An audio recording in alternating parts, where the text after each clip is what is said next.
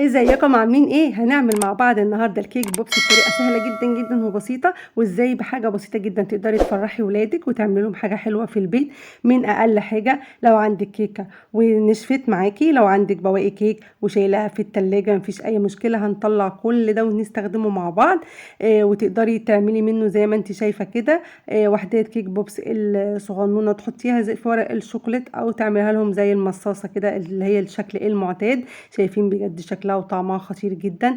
ان شاء الله هنعملها بطريقه مبسطه جدا جدا، وتابعيني في الفيديو عشان تاخدي بالك من كل حاجه بقولها ومن اي تريكايه. يلا بينا بقى ندخل ونشوف هنستخدم ايه في الفيديو بتاعي النهارده. انا بالنسبه لي بصراحه عملت صينيه كيك، تمام، عشان ده كان اوردر مطلوب مني. بس انت لو عندك بواقي كيك مفيش اي مشكله خالص، تقدري تستخدمي بواقي الكيك القديم. معايا بقى مربى حليب، صوص توفي، ومعايا كمان نوتيلا بيضه. هعجنها من الميكس بينهم هما الاتنين. هفرفت بقى الكيكه دي كده في الكبه زي ما انتوا شايفين كده بالطريقه دي. فرمتها في الكبه بالطريقه دي، هفرمها. تقدري تفرميها كمان بايديكي، مفيش اي مشكله. دي كل الكميه معايا. الكيكه عملت معايا حلو جدا. برضو لو عايزه مقادير الكيكه هسيبها لك في صندوق الوصف. هبدأ بقى انزل بالنوتيلا بيضة. انا هنا استخدمت نوتيلا بيضة زي ما قلت لكم، ميكس ما بينها وبين التوفي او مربى الحليب. تقدري تستخدمي نوتيلا شوكليت، تقدري تستخدمي معاهم زبدة فول سوداني، تقدري تستخدمي جناش شوكولاتة، تقدري اي حاجة عندك تقدري تعجني بيها. انا بالنسبة لي حطيت دول مع بعض، بجد ادوني طعم حلو جدا. هبدأ اعجن بقى لحد ما العجينة تبقى بالطريقه دي معايا كده اهو، وتحسي ان هي خلاص بقت متماسكه وتقدر تتشكل معاكي بالشكل ده. شايفين انا بعجنها حلو جدا جدا اهو. بجد عايزه اقول لك طعمها رهيب جدا. تقدري تستخدمي كمان كيكه الشوكولاته، مفيش اي مشكله. تمام كده كده بتلم معايا كوره اهي. تمام، هعملها بالشكل ده وهبدا اشكلها بالطريقه دي.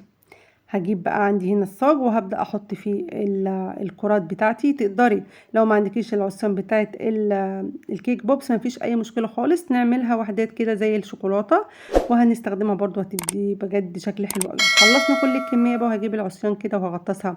عندي هنا شوكولاتة بالحليب متسايحة لحمام مية، معاها طبعا لكل مكعب كبير معلقة زيت. هبدأ اخد بقى كده بالشكل ده كده في احط العصاية في الشوكولاتة وابدأ احطها في المصاصة، واحاول اشتغل بسرعة علشان الكيك بتاعي ما ينشفش معايا. طبعا مش بحطه في التلاجة.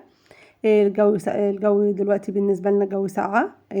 تمام، مفيش اي مشكلة. لو الجو حر طبعا هيفضل ان انتي تحطيها في التلاجة شوية. خلصنا الكميه بتاعتنا كده وعملت الباقي كوريات زي ما انا ما قلت لكم. هبدا بقى اخد بقى واحده واحده بالطريقه دي كده وانزل. بس اول ما طبعا ما تتماسك معايا في العصايه في الكيكه بتاعتي. وهجيب بقى شوكولاته بيضه عندي متسيحه، وعندي كمان شوكولاته حليب.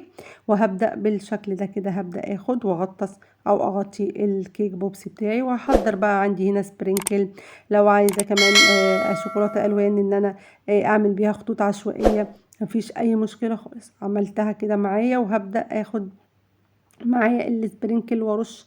او لو عايزه اسيبها كده، ممكن كمان اعمل خطوط بالشوكولاته الشوكولاته الغامقه الحليب على على الابيض، تبقى ابيض في بني او العكس. بتدي برضو شكل حلو. حطينا السبرينكل مع بعض عليها وهبدا اسيبها على جنب عشان خاطر تبدا تتماسك. تمام، هكمل زي ما انتوا هتشوفوا كده بنفس الطريقة مع بعض. انا حطيتها هنا في كوباية كده عشان تبدأ تنشف شوية، ولما تشد طبعا هنبدأ نغلفها مع بعض بالشكل اللي هتشوفوه في نهاية الفيديو.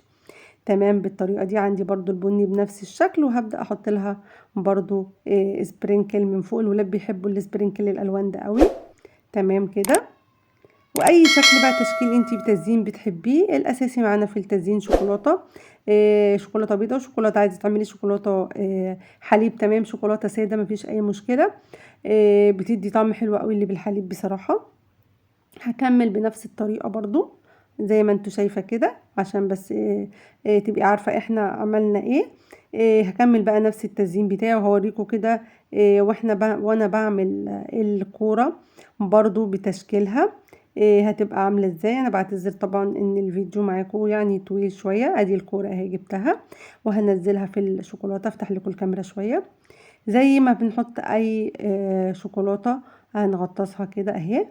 وغلفناها بالشوكولاتة البني او الشوكولاتة اللي بالحليب. غلفنا القطعة، وطبعا ده بقى بيتحط على ورق زبدة او على مفرش سيليكون او على كيس بلاستيك من بتاع التلاجة، بنفتحه ونفرده ونحطه في الصاج ومفيش اي مشكلة. غطسناها بالطريقة دي كده. تقدري برضو تحطي سبرينكل او تحطي خطوط من الشوكولاتة البيضاء عليها. هصفي بقى منها الشوكولاتة كده، وانا بالنسبة لي اهو خدت بقى خطوط عشوائية كده زي ما انتوا شايفين، مفيش اي مشكلة خالص. وهبدأ انزلها تكمل تشد معايا في الصاج.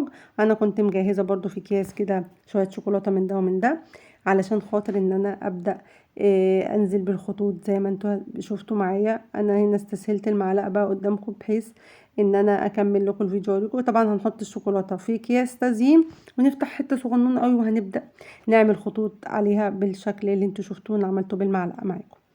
تمام. هنا هعمل العكس، او هحط سبرينكل يعني على حسب. اهي بصوا شايفين اهو، مفيش اي مشكله.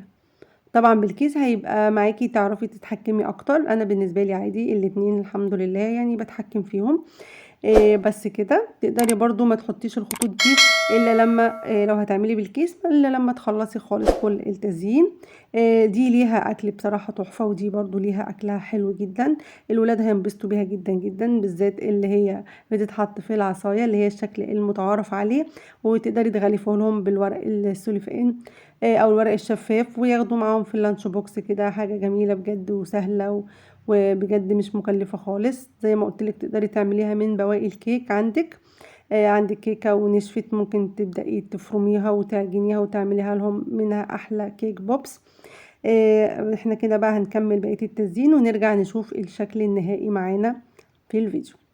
خلصنا بقى وحطيناه في ورق الشوكولاتة الصغير، والتاني انا غلفته بالورق دوت انا جايباه من عند التغليف. وبأي شريط كده هوت بتاع ربط الهدايا بنبدأ نغلفه بالطريقة دي اهو. زي ما انتوا شايفين ما خدناش اي حاجة خالص، عملنا كيك بوبس للولاد سريع. تقدري برضو اللي عامل زي الشوكولاتة تقدميه لضيوفك. عايزه اقول لك مربى الحليب او التوفي مع النوديلا البيضة بجد مدي طعم وميكس خيالي جدا، طعمه حلو جدا. شايفين اهو بجد شكلها حلو قوي قوي. تقدري بقى تعمليها زي ما قلت لك وتحتفظي بيها، واي ضيف يجيلك على غفله تقدميها له كده. بجد طعمها حلو قوي. دي كانت فكره النهارده وحلقتي ليكم النهارده. بجد اتمنى يا رب تكون الحلقه عجبتكم، تكوني استفدتي. لو حسيتي انت استفدتي من الفيديو ما تنسيش تعملي لايك وشير للفيديو. والسلام عليكم ورحمه الله وبركاته.